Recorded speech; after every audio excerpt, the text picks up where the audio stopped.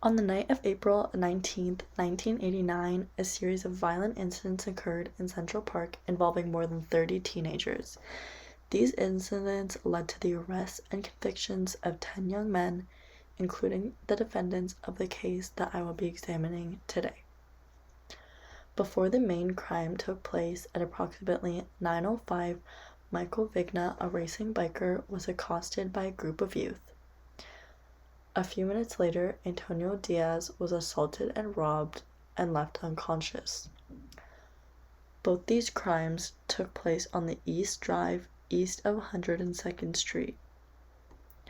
The third crime took place between 9:12 to 9:15 p.m., where a couple on a tandem bike was menaced just south of 102nd Street.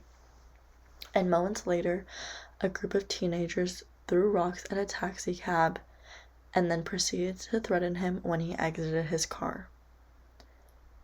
Less than 15 minutes later, a group of 4 male joggers were set along a path toward the northern end of Central Park Reservoir, going roughly until 9:45 p.m.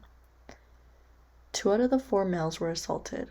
One was knocked unconscious, beaten, kicked, and punched to the ground with a pipe and a stick. He sustained significant injuries but not life-threatening, while the other 3 males were not seriously hurt. At around 1:30 a.m., 2 men walking through Central Park found an unconscious woman. Her body was found on the edge of a wooded area that is approximately 300 feet north of 102nd Street Transverse Road, which runs in an S shape that connects the east and west drives of the park. Medical and police personnel were summoned, and the 29-year-old white woman was identified as a Central Park jogger. Her body had been badly beaten, she suffered from numerous bruises, scratches, abrasions, and had been badly beaten to her head. Her t-shirt was placed behind her head, crisscrossed over and through her mouth, then used to tie her hands and wrists up in front of her face. After the investigation, it was revealed that she had left her apartment on East 83rd Street roughly around 8:55 p.m. It was also revealed that she had been raped and her radio headset and keys were missing. Out of the incidents that occurred throughout the night, there were 5 youth that were identified by other youths having been present or participants of some events within the park. The group of 5 Black and Latino youth were brought into questioning on April 20th, 1989. 14-year-old Raymond Santana, 14-year-old Kevin Richardson, 15-year-old Antron McRae, 15-year-old Yusuf Salim, and 16-year-old Corey Wise. The teens didn't know each other before they got to the police station, and officers played them off one another. They told 14-year-old Raymond Santana that they had evidence against 15-year-old Kevin Richardson, and if he helped them build a case against Richardson, playing him at the crime scene, he would get to go home. The boys believed that they were merely witnesses to the crime. The interrogations were lengthy and lasted from 14 to 30 hours. During the interrogation process, none of the boys' parents were present during the questioning until the video confessions took place. 4 of the 5 boys confessed, and all 5 were charged with the attack. It is important to note that there was no DNA that linked them to the scene of the crime. Descriptions of the victims' clothing and injuries did not match the crime scene for which they were convicted. The boys recanted their confessions, which they blamed on police coercion. The semen found in the victim did not match any of the young men, and the 4 confessions were inconsistent with each other and the physical evidence from the crime scene. Despite there being no evidence that the young boys were connected to the scene, they were all convicted with prison sentences ranging from 6 to 13 years. On May 4th, 1989, indictment number 4762/1989 was filed charging the defendants with attempted murder in the 2nd degree, rape in the 2nd degree, sodomy in the 1st degree, sexual abuse in the 1st degree, and 2 counts of assault in the 1st degree with respect to the Central Park jogger. In addition, the indictment charged each of them with robbery in the 1st degree, 2 counts of robbery in the 2nd degree, and 2 counts of assault in the 2nd degree in connection with the attack on John Laughlin and with the assault in the second degree with respect to jogger David Lewis. All defendants were also charged with riot in the first degree. Charges were also filed against 5 other defendants who were involved in incidents that took place on April 19th. On June 19th, 1990, Sean McCrae, Yusuf Salem, and Raymond Santana proceeded to a joint trial before the Honorable Thomas Galligan. After 10 days, the jury convicted the 3 defendants with 1 count of assault in the first degree, rape in the first degree, robbery in the first degree, and 3 counts of assault for attack on John Laughlin, assault in the second degree for the attack on David Lewis, and riot in the first degree. The defendants were acquitted with attempted murder and sodomy as to the female jogger and was instructed by the judge to not consider the lesser counts to the jury. Since the 3 were under the age of 16, they were sentenced as juveniles and resulted in an aggregate term from 5 to 10 years pursuant to Penal Law Section 70.31, Section D. Kevin Richardson and Corey Wise were tried jointly, also by Judge Galligan, from October 22, 1990 to December 11, 1990. After the jury deliberated for 11 days, Richardson was found guilty for each count of the indictment.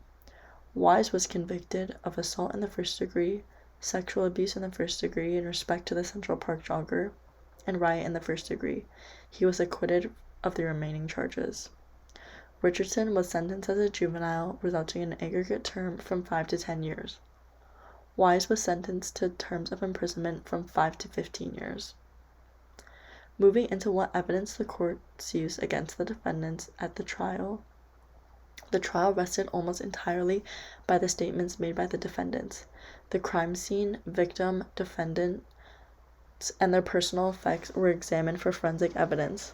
The crime scene covered a wide area comprising 5 different sites where evidence was recovered.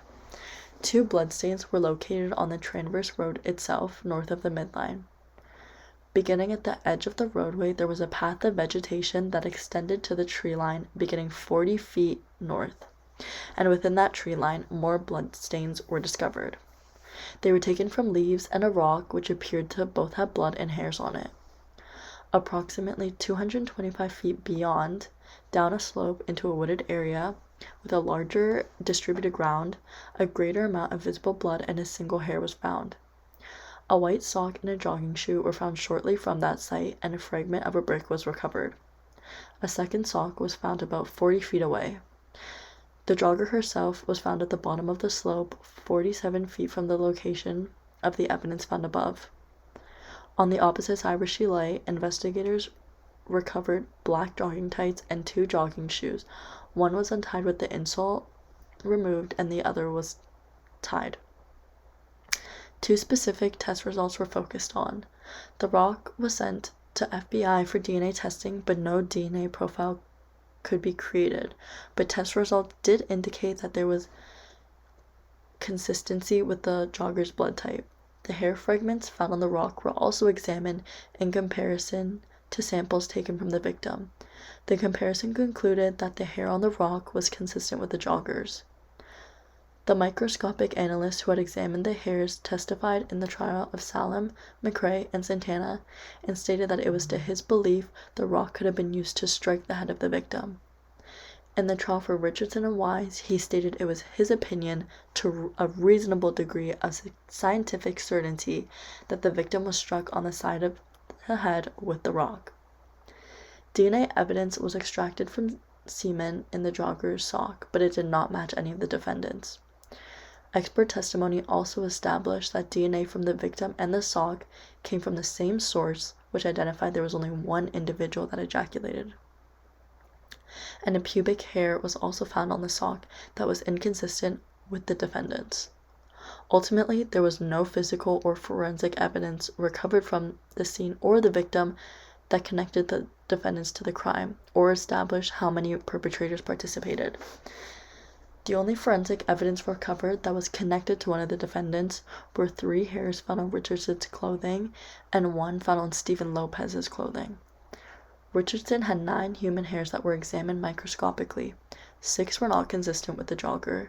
3 others, one from his underwear, one from his t-shirt, and one from his blue jeans, were found to be consistent with the joggers. McCrae ended up spending 6 years behind bars. Richardson spent 5.5. Salem spent 6 years and 8 months. Santana spent 5 years, and Wise ended up spending 12 years. In February of 2002, inmate Matias Reyes, who was serving a life sentence for murder, came forward confessing to the crime. He stated that he decided to come forward with his confession after encountering Corey Wise. After realizing Wise was still incarcerated in connection to the attack of the Central Park jogger, also known as Trisha Miele, he turned to other inmates asking for advice on what to do. He volunteered that he had regularly committed robberies and larcenies, stealing jewelry, monies, and Walkmans in Central Park by the reservoir. Many of those asked to describe Reyes labeled him as a loner, as he was never seen associating with young people. Reyes' convictions arose from crimes he committed on June 11th, 14th, and July 19th and 27th, all including some form of rape, stalking, or stabbing. In the course of his interviews, he volunteered information about other sex crimes he committed but was never arrested for. Reyes' DNA matched with the DNA found from the sock and cervical swab. The 3 hairs that were connected to Richardson were re-examined by Special Agent Douglas Diedrich, former chief of the Hair and Fibers Unit. He disagreed with the expert opinion that was offered at the original trials, and he concluded that the hairs were not suitable for comparison and could not be used to link Richardson to the jogger. In his opinion, they were too undifferentiated and had few characteristics for a comparison to be made. The hair fragment found on the rock was also re-examined by Special Agent Diedrich. He found that it was unsuitable for comparison. On December 19, 2002, the group was exonerated and won their $41 million settlement from New York City, becoming subjects to films, books, and television shows. We know that there are countless factors that contribute to wrongful convictions. After debriefing the case of the Central Park Five, I have identified a plethora of causes to their wrongful convictions. False and coerced confessions, confessions obtained under pressure and an absence of lawyer, lack of forensic corroboration, malveolant behavior by police/intimidation by police, social inequalities/social prejudice, minority, pressure to convict/media bias, tunnel vision, improper DNA testing, and age. It is important to consider that 4 of the 5 youths were tried as juveniles. Their age played a considerable role in their wrongful conviction.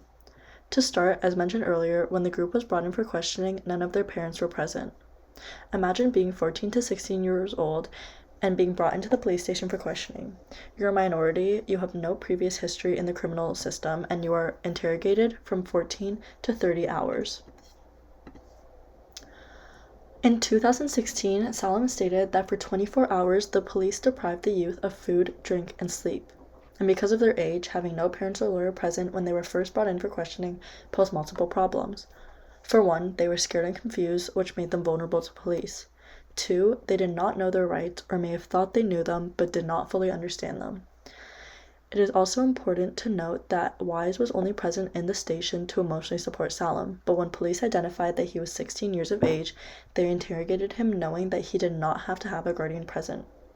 Wise was vulnerable. He suffered from learning and hearing problems, which made it easier for him to be coerced, pressured, and manipulated, and because of his age, he spent time in the adult prison, not a juvenile center like the others. He was a 16-year-old boy subject to horrific violence and abuse from other inmates and had even had to spend time in solitary confinement. The victim was a 29-year-old white woman. She was an investment banker, and when the crime took place, it was broadcasted over the media and there quickly became public pressure to convict. Days after the crime took place, Donald Trump paid for full-page ads in 4 newspapers advocating for the reinstallment of the death penalty.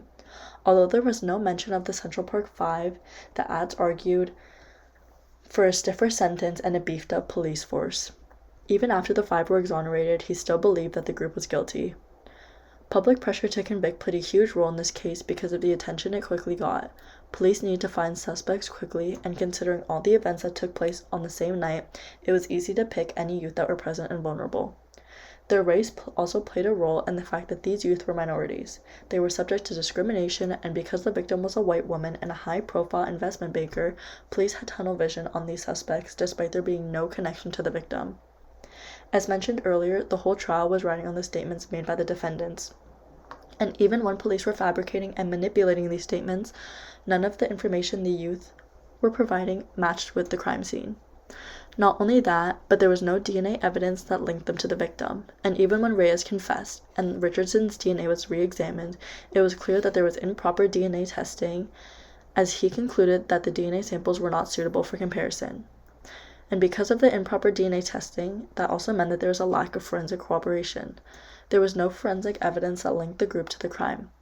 And the DNA also proved that there was only one perpetrator because of the sample collected from the victim's sock. The impact that this wrongful conviction would have on these youth would be life-changing. They spent the majority of their youth incarcerated. This case is different from other wrongfully convicted cases, as after they were exonerated, their story was documented on Netflix through a moving, heartbreaking, and educational 4 episodes. They received a BET Award in 2019, and Santana, Richardson, and Wise do work for the Innocence Project. Santana launched a clothing line in which he donates a portion of the proceeds to the Innocence Project. Richardson works with the Innocence Project, advocating for those who have been wrongfully convicted in New York City, along with Wise, who also advocates for criminal justice reform. When I first found out about this case, I was moved. The film puts things into perspective, giving watchers a small view on how minorities are treated within the criminal system, but also the factors that contributed to the wrongful conviction. Comparing the case to others we reviewed over the semester, the Central Park Five is a special case in the sense that they were able to get a $41 million settlement from New York, but were also able to make a change within society through their personal experience of being wrongfully convicted. Many cases that we have gone over are not able to receive the compensation they deserve after being wrongfully convicted. Thank you for listening, and I hope that you enjoyed learning a little bit more about the case of the Central Park Five. If you have time to watch When They See Us on Netflix, I highly recommend. Thank you.